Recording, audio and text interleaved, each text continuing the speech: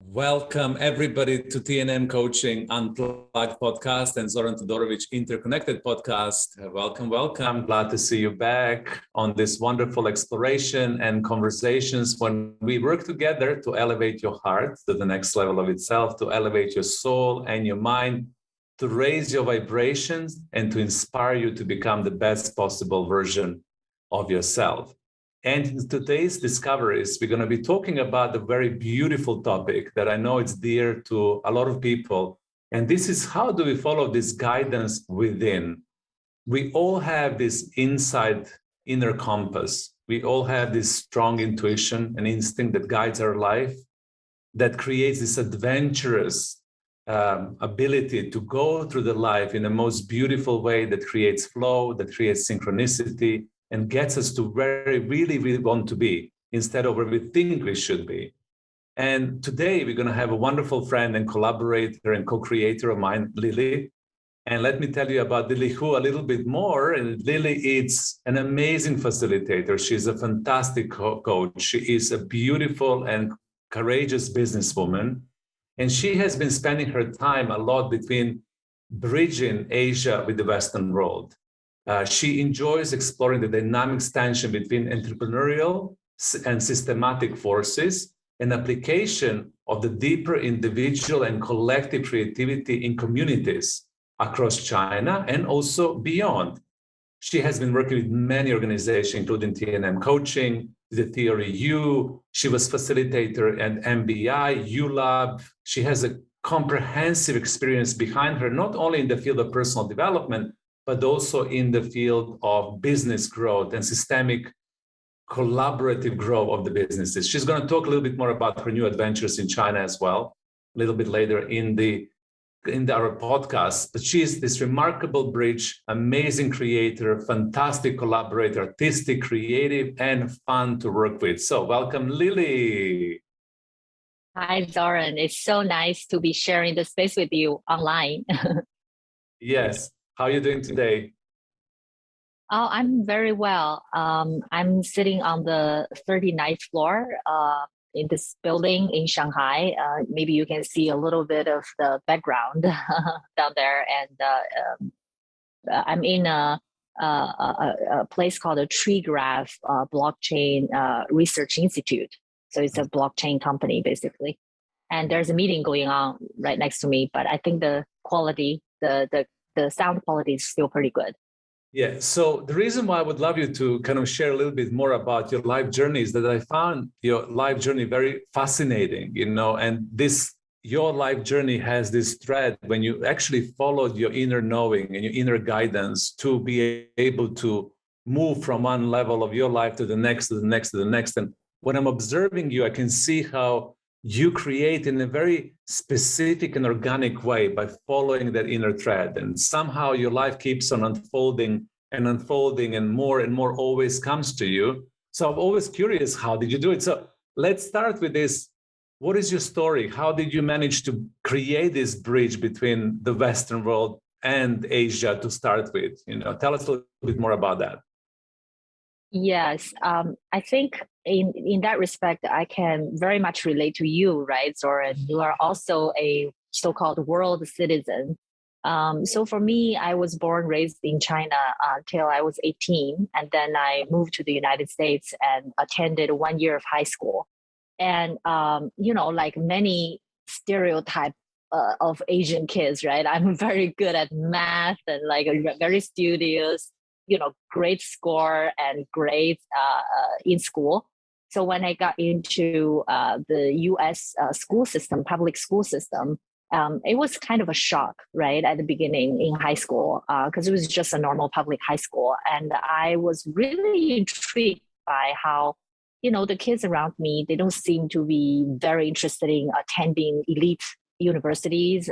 They all have their own sort of dream and their own pursuit of life, right? So that was a shock for me for a year. And then I entered college. So, I studied engineering because, for me, that was, I love math. And, also I was, easy, right, for me to pursue that kind of study and exceed, right? It was easy for an Asian kid, I guess. And so for me, I think the big breakthrough to sort of kind of getting awakened and started to truly listen to that inner calling, as you were mentioning, was the time when I decided to leave US when I was, I think, 29, right? So at that time, I was having a career in corporate US, and I felt like I was leading a life where I could already see the end, 20 years from then. And so at that time, my health started to break down a little bit, yeah, right? So it's, I think people, like me, we are sort of sensitive, in a way that the body sort of respond to this constant stress and like sort of this mundane sort of feeling, right?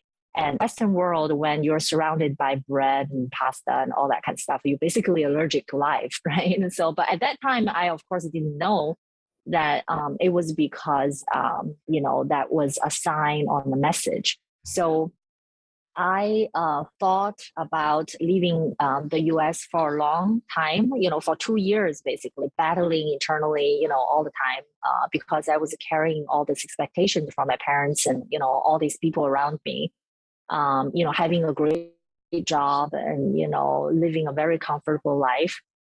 But eventually I left, and without actually first major step. And I remember was talking to me for a couple of months, right? Of course. And it was very, very difficult at that time.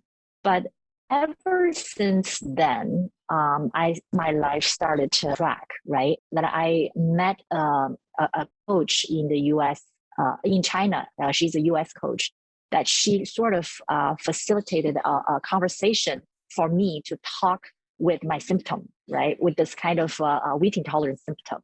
And within half an hour, I was able to actually get the message and basically cure that symptom. Now I can eat, bread and, whatever freely, right? So, and then I started to get into coaching, and of course, I met you through evolutionary coaching and Theory U and Presencing Institute and so on. So, in coming back to China and then spending time in between China and Germany and Bali and the US, I felt this kind of universal sort of maybe it's like a wisdom, right? Cross-cultural. Like in China, we have this saying. It's basically, it's saying that there is a great beauty in between the heaven and the earth that does not speak, right? Like ever since I started to become more intimate, I think, with that grace, I started to like feel it, right, constantly, right? When I make a choice that's kind of, away from that grace, or there is this kind of inner sort of discomfort, I started to pay more attention to that. And so that has, gradually shaped me to who I am today. And so I am now, doing something that's, part of the time is spent on kind of system work and human conscious work. And part of the time is connecting to technology. And also the Eastern world and Western world started to deviating from each other and had started to become very comfortable in this interstitial space, right, in between different worlds.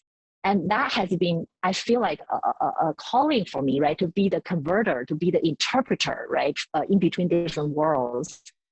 And if I were to plan my life 10 years ago, I would have never even named or like know, right? There's such place exists in the world. But now, like looking back, by constantly listening to that inner sort of knowing and connecting with this grace, right, in between the heaven and earth, I feel like I'm getting into a place that, or I have been in this place that it's always very abundant and very happy, and it flows, right, this place. So that's a great place to be in life. Wow. What a beautiful explanation of that space in between that carries this amazing beauty, and how wonderful that you described that you're in relationship to that grace. So we all know that we have this in our lives. So how did you manage to listen to that? And, what was your journey into really aligning and listening to that inner guidance, to that inner space? Mm. I think that personal cultivation is quite important, right? Like I started practicing yoga in 2006. And I think that connection to the body has been a very important, the body has been a very important instrument for me, because it's wisdom and it's knowing, I think maybe it's superior than what we think we know in the head. Right. Mhm. So I think connecting to my body is definitely one of the very important steps. And also, I think coaching, of course, right? The connection between human to human.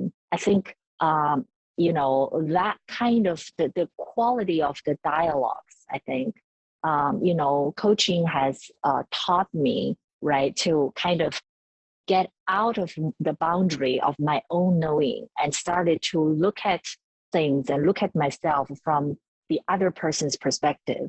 I think that kind of getting out of my personal boundary, I think that leap is very important. And I have always been telling people, right, from knowing what coaching is to being able to embody, right, the practice and the principles of coaching. I think it takes at least a year of intentional practice, actually. So I think that has been a very important step. And also, I think the third thing for me personally is connecting to nature. Especially living in Shanghai, it's I think 24 million people city, right? It's a mega city. And luckily, we have great parks in Shanghai. And I have always intentionally making the time, every other day in the morning, I would go out into the park and connect with the trees and the nature. And as a woman and as a person that's, having a very hectic schedule, I find that very empowering, and it always restores me, right? And also, of course, I do personal meditation on a daily basis. So I think all of these practices, they bridge the gap in between, between knowing and embodying. Mhm. Wonderful. Thank you so much for sharing that. And when you think about this inner voice of your guidance, and you listening to this, what was fascinating to me in following your life is that I always realized that you were actually listening to your inner voice. Even sometimes, like when you were chatting, and I actually thought from my perspective, you're not supposed to do that, or you're supposed to take that turn, you're supposed to take that turn. You know what I mean? When you see somebody from a distance and you have a little projections onto what they're supposed to do. What was fascinating to me about your life journey is that you somehow always listen to that inner voice. So were you courageous?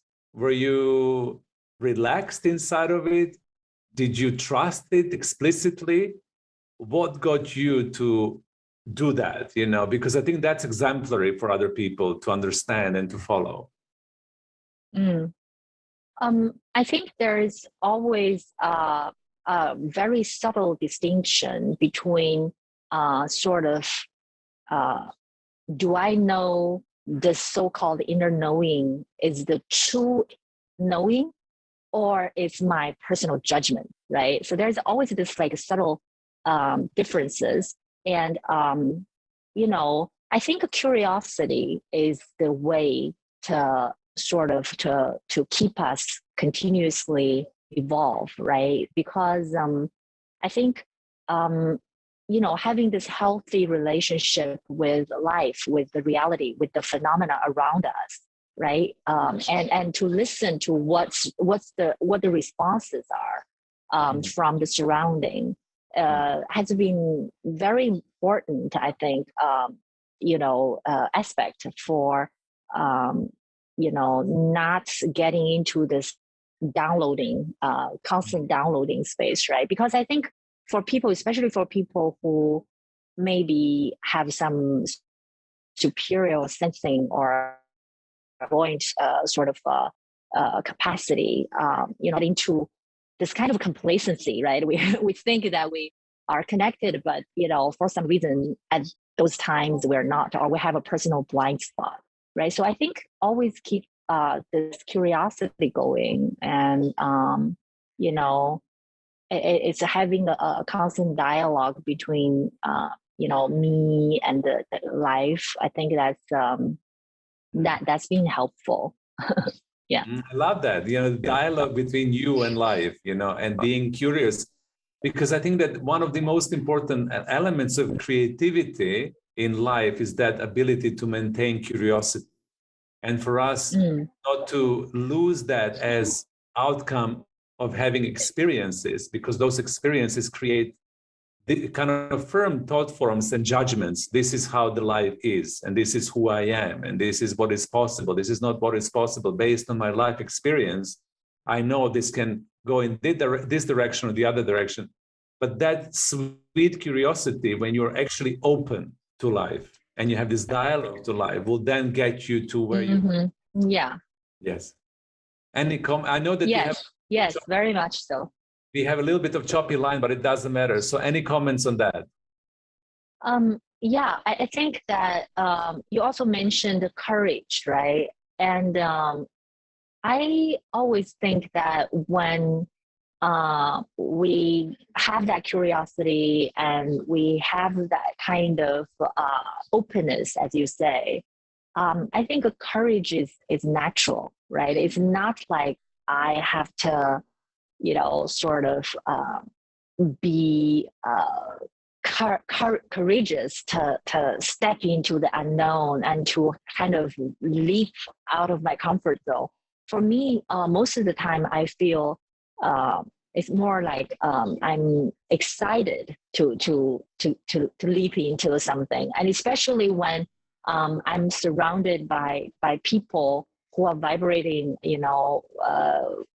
like at the similar frequency, right? So it's kind of a fun experience, right? So that courage is not kind of like a painful courage. It's more like a fun and kind of like adventure, like something like that. So I don't know. I mean, these kind of conversation with you, of course, I don't usually have right now because we do a lot of businesses. We talk about matter of fact, But if you talk about like this kind of subtle aspects of the personal development and inner world, that's how I would say at the quality of that is. Yes, and I love calling it this inner verse. Nowadays we all talk about metaverse and what's going on with the space of technology. But what you and I are talking is something which is called inner verse. When you're able to go inside of your own universe, explore that deeper connection to you, and then unfold your life from inside out, instead of unfolding your life from outside in. Because if you just focus on the metaverse, which is our external reality, we keep on forgetting the essence of our creation, which is inside out creation. Your adventurous life journey got you to the new adventures. So tell me a little bit more, what are you busy with right now? Because I think that's fascinating when it comes to the social change you're co-creating and how you're supporting people to self-organize through the ecosystem. It will be great for our audience to hear your new adventure. Yeah, so what I would say right now, that's happening in China, it's a so-called paradigm shift, right? Especially in the business world, with the superpower of internet and blockchain, and of course the ABCD we call them, right? The AI, the blockchain, the cloud, and data. There have been all kinds of combination of different technologies and the human interaction that gives birth to new sort of scenarios and new ways of operating and doing businesses, and new wealth opportunity, of course. So what I have been engaging lately is working with a technology company who provides technological infrastructure for ecosystem business, if you will, right? Because we all know like big platforms such as maybe Amazon or all these big Facebook, right? They all have this one platform where all the merchants and users get onto the platform, and they have to adhere to the rules, right, of this platform. So in a way, right, the contributors of this platform, such as the merchants or the users, they are not given back, the proper, I think, rewards for the contribution, they give to this platform, and they also don't have the say in the governance of the platform, let's say, right? So it's kind of a industrialized way of operating, right? An industrialized operating system. And what we're doing here in China is that we're using the micro program in WeChat system, because everybody in China is on WeChat, right? So you can actually using this micro programs within WeChat to allow each business to have their own platform, right? So it's like giving each business a digital entity, right? And then so we call them planets, and these planets then can relate to each other, and they can form different galaxies. But it's out of their own voice, their own pursuit, and they can started to do participatory design, right, for the governance of the entire system, right? So creating the symbiotic relationships amongst all of them. So we have been, having a lot of interesting and fun business cases. It's also, it's awakening time for these super IPs and the D2C sort of way of doing business. So there are all these like very interesting individuals and businesses, and they started to be given to their own digital identity, and they are able to create this new way of massing together, and a new ecosystem way of doing business together. So that has been very exciting, and is unique, I think, in China, and in the world. So we are exploring basically on the very leading edge of this new, technology-enabled business paradigm. So let's see, it's an adventure for sure. It's an amazing adventure. It's a completely new paradigm. And there you are, you're on the leading edge of something new that is emerging. And I love those ecosystem analogy and planetary analogy and universal analogy when everybody connects from their own unique essence and shows their uniqueness, and then gives the contribution to the bigger whole, right? So if we all do this as a businesses, but also as an individuals, then we really empower this new technological grid that we're co-creating together. Yeah, of course. It is basically it is a new paradigm, and I wanted to say that one of the very interesting outcome, right, of this new way of operating is that people started to explore the new like metrics for success, if you will, right? So in the industrialized kind of infrastructure, I think the success often comes from like the GDP model, if you will, right? Measuring the output. But then when you started doing this kind of ecosystem way of a system, I think there are interesting new metrics or enlightened metrics, if you will, for success started to show up, right? Like the relational aspect of it, and then the personal sort of happiness and gratification. So like all that is very interesting. So it's kind of like a policy lab, if you will, right? In order for these systems to run well, you have to sort of work on like policy lab and like, participatory design and, all these very engaging and new way of working with super intelligent superheroes, right? Super intelligent people. So it's very interesting. Wonderful.